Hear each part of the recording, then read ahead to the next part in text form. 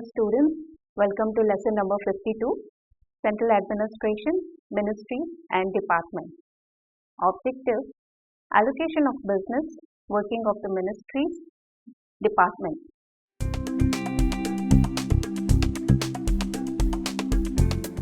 The executive authority of the government is vested in the President. Article 53 says that the executive power of the Union shall be vested in the President and shall be exercised by him either directly or through officers subordinate to him in accordance with the Constitution. Thus, all the executive functions vested in the President are carried on in two ways, either directly by President or through subordinate officers. Authorizes Parliament to confer by law functions on authorities other than the President. Any law made by Parliament needs the assent of the President before it can become operative law. But the Constitution has created a Council of Ministers to aid and advise the President in the exercise of his executive powers. Therefore, he has to act as per the advice of the Council of Ministers. During British rule, the Governor-General in Council was taking executive decisions. Still, when the work of the government increased, a portfolio system was introduced in which each member of the council was assigned a particular portfolio. All matters concerning a particular portfolio were referred to the concerned member.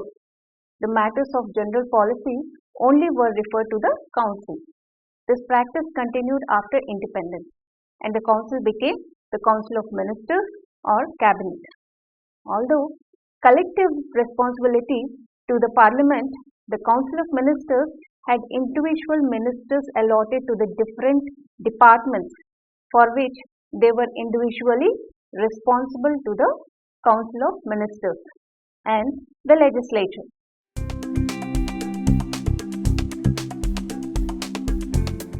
The Constitution empowered the President to make rules for the convenient transaction of the business of the government and its allocation among ministers. The President, on the Prime Minister's advice, allots ministers, departments to the ministries from time to time. The allocation of work is based on the Government of India Allocation of Business Rules 1961 as amended from time to time. These rules prescribe the ministries, departments, secretariat, office in which the work of the government is carried out. Thus, for proper working, a particular ministry is entrusted to a particular minister subject to the overall control of Prime Minister and the Cabinet.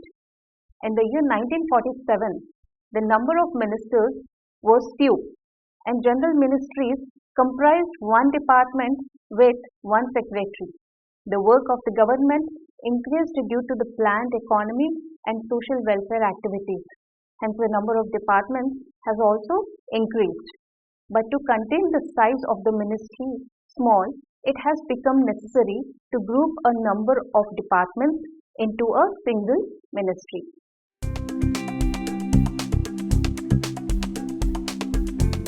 The distribution of work among different departments is generally made on the following basis. A. Functional basis, that is, functions to be performed. B. Processes involved. C. People or client lead to be served. D. Area of operation. The actual allocation of work is based on more than one criterion.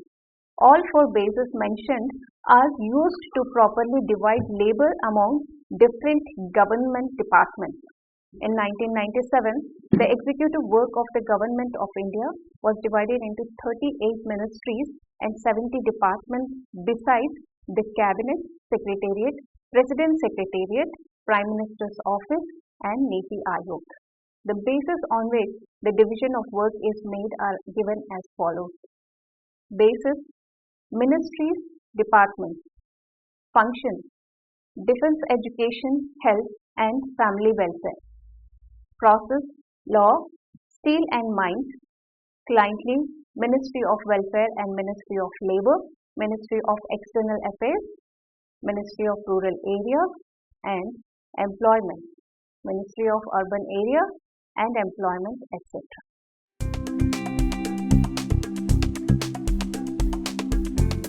A ministry may consist of one or more departments, each under the charge of a secretary.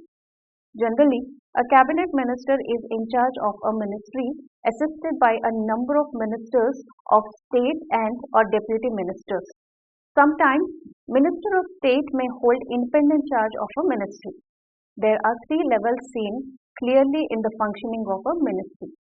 These are political level, secretariat level and executive level.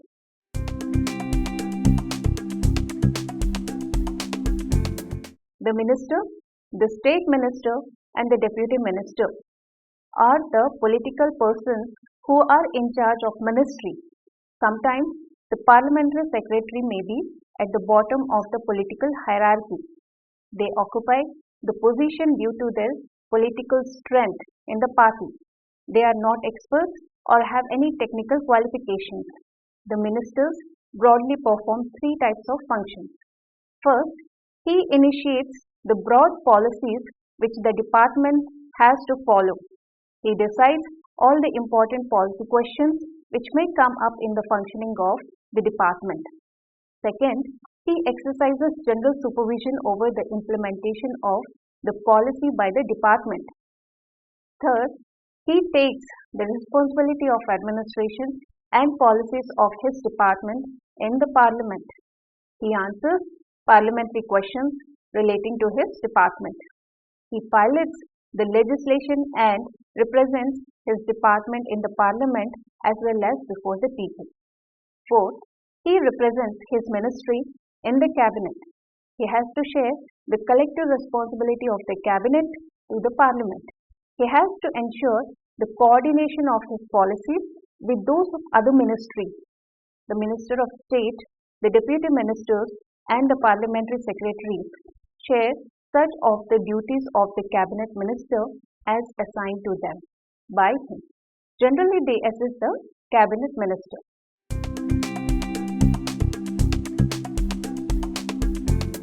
The Secretariat of the department supports the political head. The function of the Secretariat is to provide mature and expert advice for the formulation of policies. The Secretariat is the central point of the administration. The department is further subdivided for smooth functioning into various units as department, secretary, wing, additional secretary, joint secretary, division, deputy secretary, director, branch, under secretary, section officer. The scheme shows that the department is subdivided into a number of wings, each headed by additional or joint secretary. Each wing is subdivided into divisions. A deputy secretary heads the division. A division is subdivided into branches, each headed by an under secretary, and a branch into sections headed by a section officer. The functions and the role of these functionaries will be discussed briefly. Secretary. The secretary is the administrative head of the ministry or the department. He is the principal advisor to the minister on all policy matters and administration of his ministry or department. He is fully responsible for the efficient administration of his ministry or department. He represents his ministry department before the parliamentary committees on Public Accounts Committee, Estimates Committee and Committee on Public Undertakings, etc. Special Secretary. After independence, the original hierarchy has been disturbed by creating more than one level of authority. This undermines the solidarity, efficiency and effectiveness of hierarchical organization. The post of Special Secretaries is a good example of such disturbance of hierarchy. Ashok Chand had pointed out in 1951 a special secretary enjoying the pay, status and authority of a secretary was appointed for a time to the Ministry of Agriculture. Additional Secretary. Originally, the office next to the secretary was the Deputy Secretary. But in course of time, new levels of special, additional or joint secretaries were formed. In the year 1937, the Organization and Procedure Committee referred to these new levels. Various committees asked to report on improvement in administration had adversely commented on the interposition of these levels between the secretary and the deputy secretary. Joint secretary. The joint secretary is generally in charge of wings and he is vested with the maximum independence for functioning and responsibility of all business under his wing, subject to the general responsibility of the secretary for the administration of the ministry as a whole. According to A.D. Gorwala, the joint secretaries ought to in reality be what the name implies, namely secretaries for the subject entrusted to them and joined to a more senior secretary for the convenience of administrative work. Deputy Secretary. The Deputy Secretary is an officer who acts on behalf of the Secretary. He holds charge of a secretariat division and is responsible for the disposal of government work under his charge. He should ordinarily be able to dispose of the majority of cases coming to him on his own responsibility. Under Secretary. An Under Secretary is in charge of a branch in a ministry and exercises control both in regard to the discharging of business and maintenance of discipline. The role of this officer has been detailed in the Maxwell Committee report. The grade of the Under Secretary should ordinarily initiate action on all inward communications immediately to the notice of the Deputy Secretary for any instructions which the latter might wish to give. The Under Secretary should dispose of minor cases on his own violation. Office. The Secretariat consists of two types of officers. One consists of officers who take part in the decision-making process, and the other consists of the office which maintains and presents papers. The office consists of the following grades of functionaries: section officer, assistant, upper division clerk, lower division clerk or typist, etc. Section officer. The superintendents who are in charge of sections are called section officers. A section officer has to supervise the work on his staff in his section. He is responsible for handling important cases himself. He distributes the work amongst the staff, trains and advises them in the discharge of their duties. He coordinates the work of different functionaries in his section and ensures prompt disposal of work.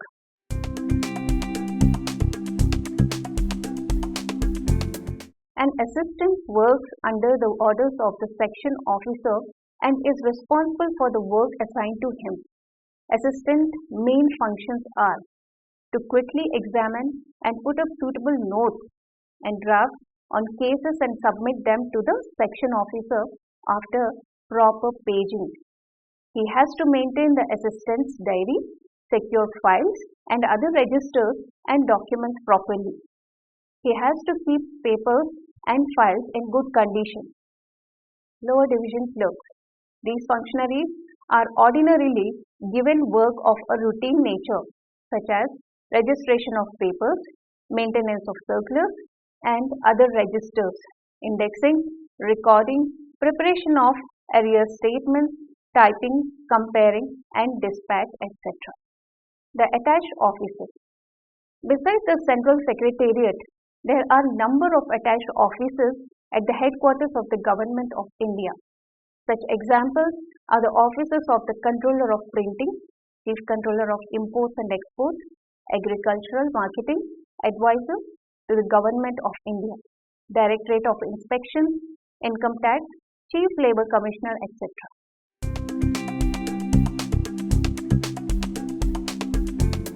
The Secretariat is responsible for the policy making functions of the government. Below the Secretariat, there is the executive organization with a head of its own known as the head of the department. The head of the secretariat organization, that is, secretary, is not technically speaking the head of the department. He is the chief advisor to the government for the formulation of policies. His duties are of a staff nature instead of line work. The executive organization is the line machinery of the department or ministry. It is also termed as a department with its own head, who is officially called the head of the department.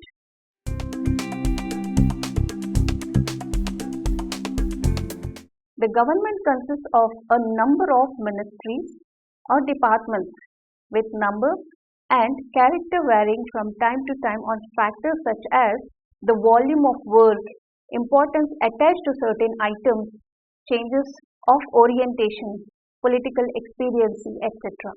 On 15th August 1947, the number of ministries at the center was 18. Presently, the central cabinet consists of 30 cabinet ministers, 2 ministers of state, independent charge, and 45 ministers of state, totaling 78 including Prime Minister.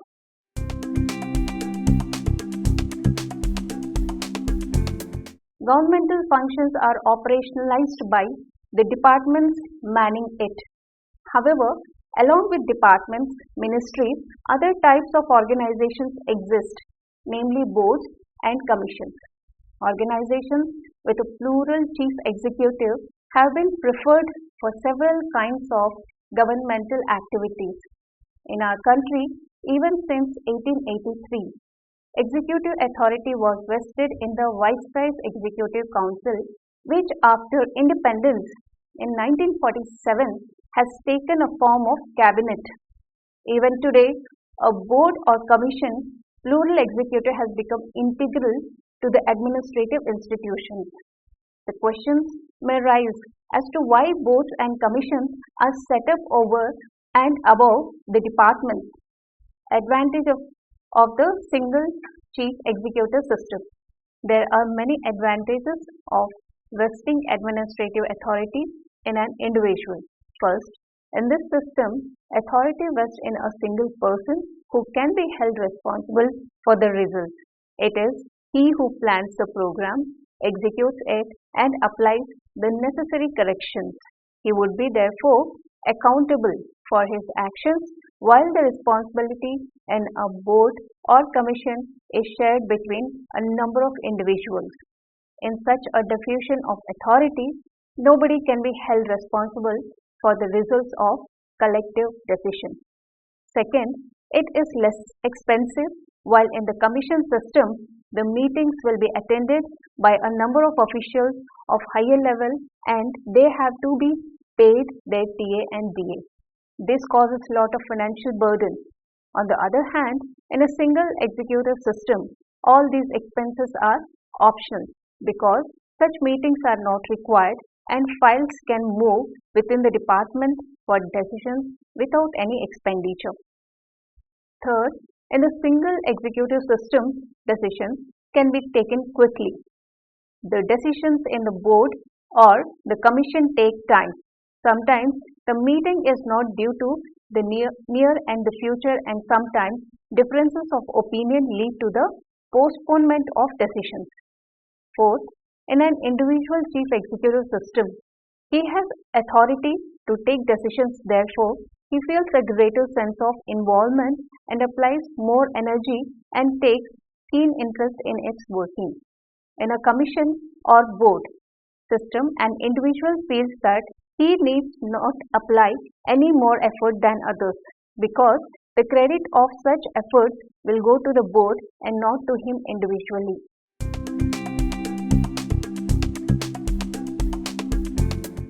In India, there has been a proliferation of new agencies after independence to perform the new and complex functions undertaken by the government. The union and the state governments have established many boards, commissions, and corporations to perform tasks like examinations, provide public utility services, and render financial assistance. These bodies can be classified on a different basis. Some of the important ones are as follows.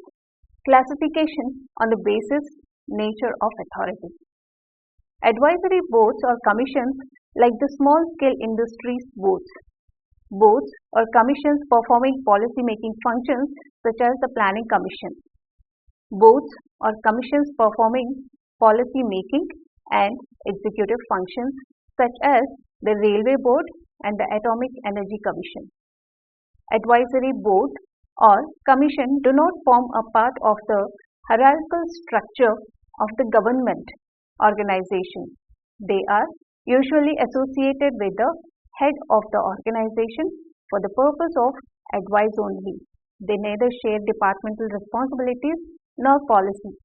They only tender advice that may or may not be accepted by the head of the department. Classification on the basis of legal status. Boards or commissions established by the Constitution. Boards or commissions established by some special statutes. Boards or commissions established by the resolutions of the government. Constitutional boards or commissions. Finance Commission, Union Public Service Commission, Election Commission, National Commission on Scheduled Castes, National Commission on Scheduled Tribes, Backward Class Commission, Official Languages Commission. The President appoints these commissions and do not come under the administrative control of any particular ministry in their day-to-day work. The members of these commissions are appointed by the President and they enjoy a security of tenure and cannot be removed from their office without following the special provision as laid down in the Constitution. Statutory boards or commissions. University Grants Commission, Railway Board, Central Board of Direct Taxes, Central Board of Excise and Customs, Oil and Natural Gas Commission, Flood Control Board, Atomic Energy Commissions, etc. These statutory boards or commissions are working under the administrative control of the ministry concerned, while some of them are ministries, namely the Railway Board, Atomic Energy Commission. Others are also free to a large extent from regular departmental procedures. Boards or commissions set up by resolutions. Niti Aayog Planning Commission, Central Social Welfare Board, Handicraft Board, the Handloom Boards, the Central Groundwater Commission, etc. These boards or commissions are created for a specific time, although the same board is attached to the concerned ministry and are called as attached boards. Mostly they are advisory in nature, their members do not have any definite tenure and autonomy is limited. Classification on the basis of location of board or commission. According to the location, they may be classified into three categories as boards or commissions performing the functions of the ministry and located in the ministry. Boards or commissions which work as heads of the departments but outside the ministry. Boards or commissions in subordinate positions. Boards or commissions as ministries. These boards perform all the functions of a ministry and some perform executive functions. Such boards or commissions are Railway Board, Post and Telegraph Board, Atomic Energy Commission. Such boards or commissions are constituted for organizations which deal with commercial or operating functions. Boards as head of the department. These boards function as important heads of departments under the ministries. The examples are Central Board of Direct Taxes, Central Board of Excise and Customs. These boards give directions to the field officers under them and are also responsible for their general performance. They deal with important subjects and are found very useful. Boards in subordinate positions. These types of boards are departmental boards. The examples of boards of education, they are concerned with laying down syllabi and courses and conduct of examinations.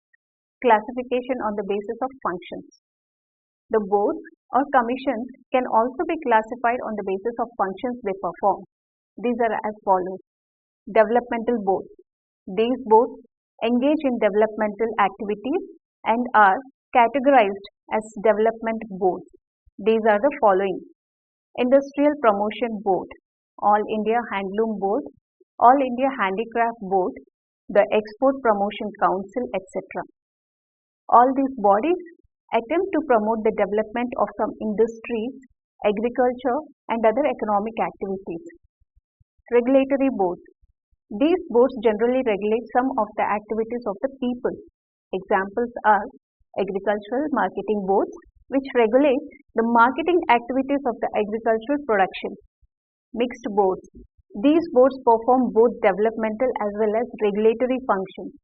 For example, the Tobacco Board takes up many schemes for improving tobacco cultivation and also regulation of marketing activity of tobacco. The boards or commissions are important forms of organizations to improve their efficiency. They can prove useful in certain situations where rules, regulations and procedures are yet to be established. Legally, commissions or boards are of three types. Under the first category, commissions or boards established by the Constitution, we have chosen the first Finance Commission and the Union Public Service Commission.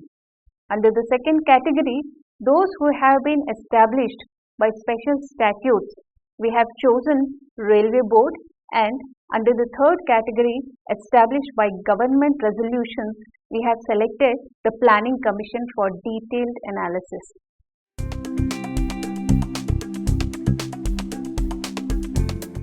So far, we have discussed the organization of the Government of India at the Central Secretariat level. The Secretariat formulates policies and operative directions to ensure the implementation of policies, while the implementation of policies takes place at the field level. Hence, the organization of the field office is of great importance. Generally, the field office is organized on a geographical basis in India. Each ministry of the Government of India has its field offices covering a local area within a state. India is a very vast country, therefore, for each department of the Government of India is only possible to deal directly with some field offices. Hence, most departments have state level or regional level offices in an area.